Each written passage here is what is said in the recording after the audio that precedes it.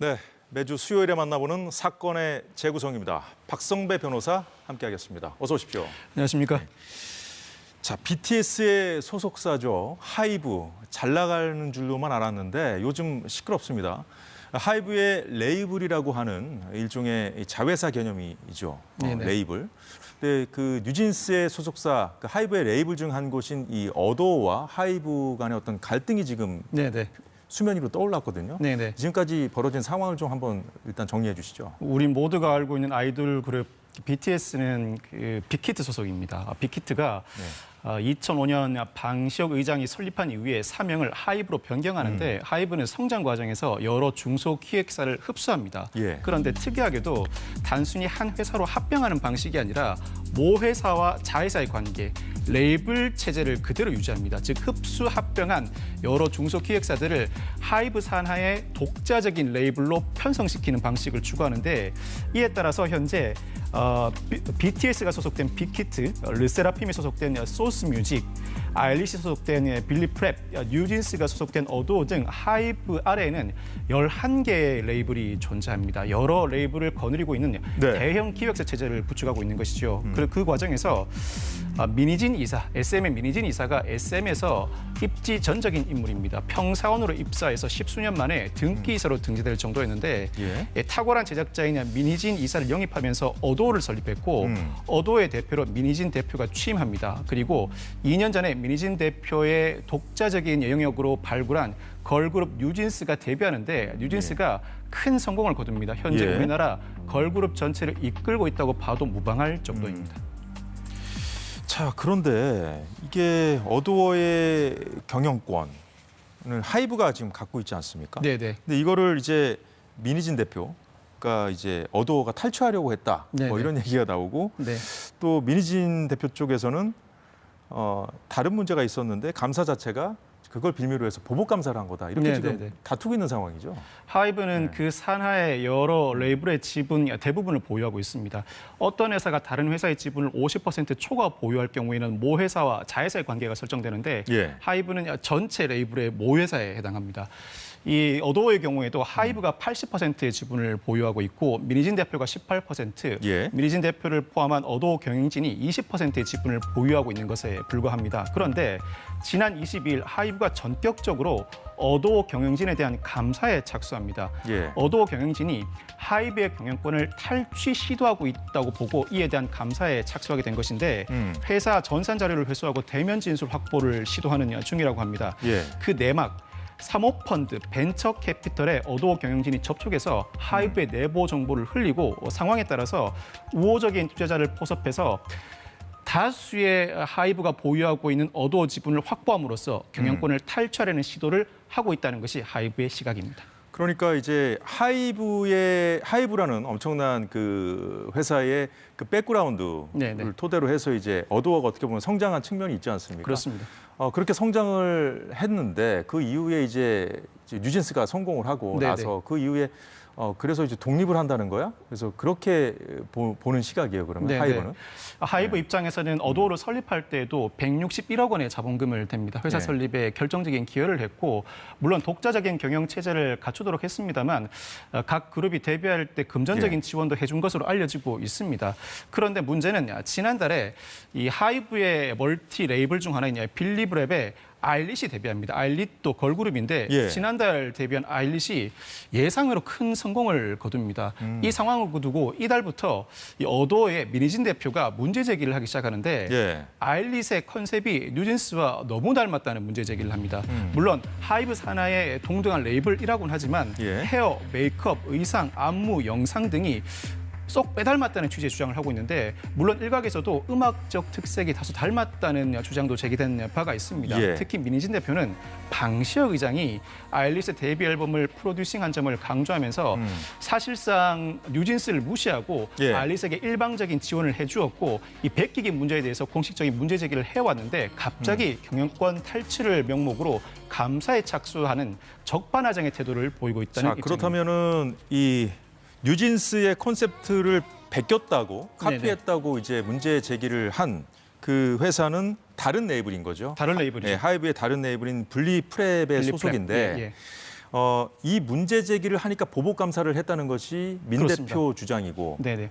아니면 이런 상황과 상관없이 네. 그냥 감사를 한 거다라는 것이 하이브의 입장인 거죠. 하이브 측은 민 대표의 주장에 대해서 적극 반박하고 있습니다. 이 논란은 이 걸그룹을 둘러싼 팬들 외에도 우리 국민 모두의 관심사가 됐습니다. 예. 이 하이브의 박지원 CEO가 어제 내부 구성원들에게 이메일을 보냈는데 이 감사 과정에서 아일릿의 데뷔 시점과는 무관하게 사전에 기획된 내용들이라는 점을 이미 파악했다. 예. 구체적으로 진상을 확인한 후에 조처를 해 나갈 것이다. 즉 뉴진스 측이 주장하는 아일릿의 베끼기 의혹은 일종의 변명에 불과하지 예. 애초에 경영권 탈취의 목적이 명백하게 존재했다는 것이 하이브 측의 입장입니다. 그러니까 카피를 했다고 문제 제기한 것 자체가 정상적인 상황은 아니지 않습니까? 그래서 네네. 뭔가 이미 갈등이 있었던 상황에서 카피했다고 문제 제기를 한 것인지 아니면 네. 카피 제기를 해서 갈등이 불거진 건지 감사를 한 것인지 그게 지금 그렇죠. 우선순위가 뭔지 모르는 거잖아요. 네, 양측의 선후 관계가 완전히 상반됩니다. 뉴진스 측에서는 베끼기 문제를 먼저 제기했다고 하고 있고 예. 하이브 측에서는 이미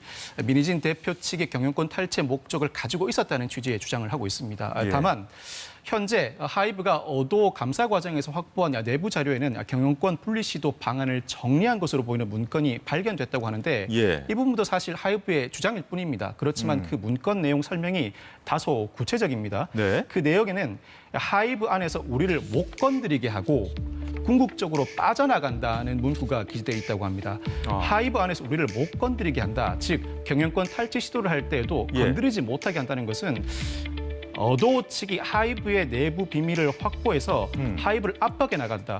건드릴 때는 이 내부 자료를 토대로 오히려 반격을 제기한다는 취지로 읽힐 수 있는 대목입니다. 뿐만 아니라 궁극적으로 빠져나간다는 표현은 여러 자산들, 즉 사모펀드를 비롯한 우호적인 투자자에게 예. 자산을 제공받아서 현재 하이브가 대부분 보유하고 있는 어도의 지분을 대량 매수해서 경영권을 확보하기 위한 방안을 모색해왔다는 추정으로 읽힐 수 있는 대목입니다. 특히나 외부 투자자 유치 1안, 2안 정리라는 항목으로 별도의 문건도 발견되었는데 예. 여기서는 GP는 어떻게 하면 살 것인가라는 대목이 있습니다. 무슨 뜻이죠? 이를 두고 하이브 측에서는 예. G는 싱가포르 투자청 GIC를 가리키고 네. P는 사우디 국부펀드 PIF를 가리킨다고 해석하고 있습니다. 즉 싱가포르나 사우디의 사모펀드를 끌어들여서 이 예. 사모펀드로 하여금 하이브가 보유한 다수의 어도 지분을 사게 함으로써 우호적인 지분을 확보하려는 시도를 이미 모색하고 있었다는 취지의 주장입니다. 그럼 지금 말씀해 주신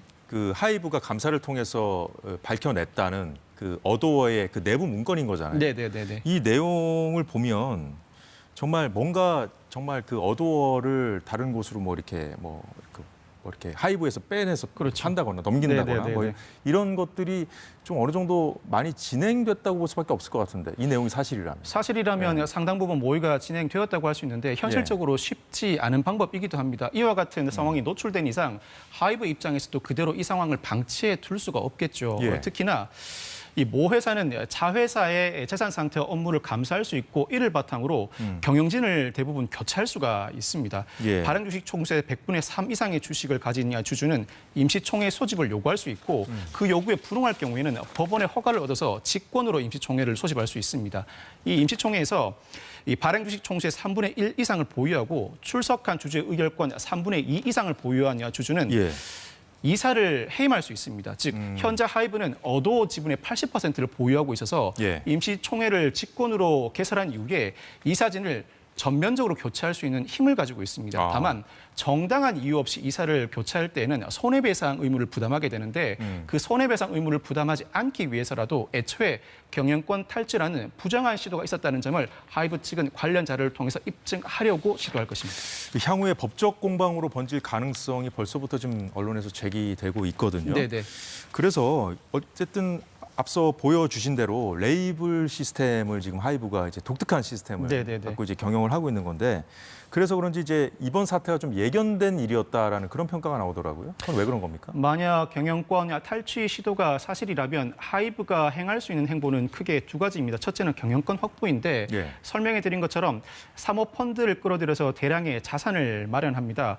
그 이후에 하이브가 보유한 대량의 어도어 지식을 사게 하는 방식인데 하이브가 이 사실을 인지한 이상 팔지 않으려고 하겠죠. 일때는 제3자 유상 증자를 할 수가 있습니다. 즉 주식을 추가로 발행해서 예. 그 주식을 사모펀드가 사게 함으로써 하이브의 다수의 지분 구조를 변혁해 나가는 방식이죠. 그렇지만 어도어는 상장회사가 아닙니다. 자본시장법이 아닌 상법이 적용되다 보니 제3자 유상 증자에는 상당히 어려운 요건이 따릅니다.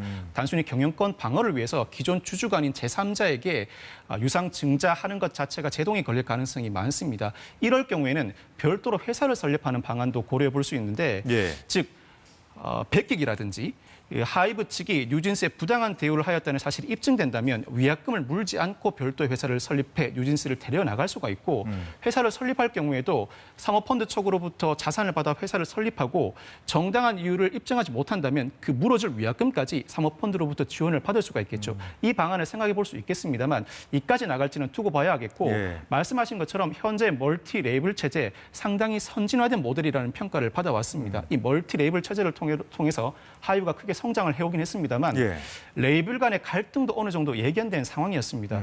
단순히 같은 지붕 아래에 있다고 해서 일부 백기기 의혹이 불거졌을 때 해결하지 않고 방치해둔다면 그 갈등은 더 골물 수밖에 없겠죠.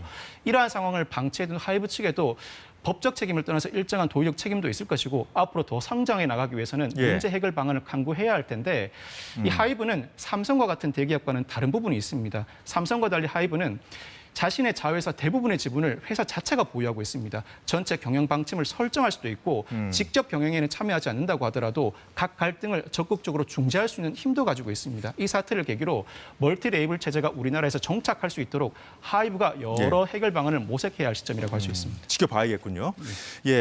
다음 사건으로 이 마약 투약 혐의로 구속 기소된 전 국가대표 야구 선수 오재원 씨, 한때 프로야구 두산 베어스의 주장이었는데 이 오재원에게 두산 소속 선수 8명이 이 수면제를 대리 처방해 준 사실까지 알려지면서 지금 팬들의 충격이 큽니다.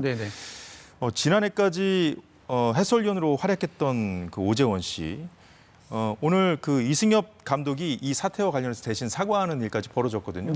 어쩌다 이런 상황까지 온 건지 좀 상황을 정리해 주시죠. 오재원 씨는 지난 17일 마약류 관리 등에 관한 법률 위반 등으로 구속 기소된 상황입니다.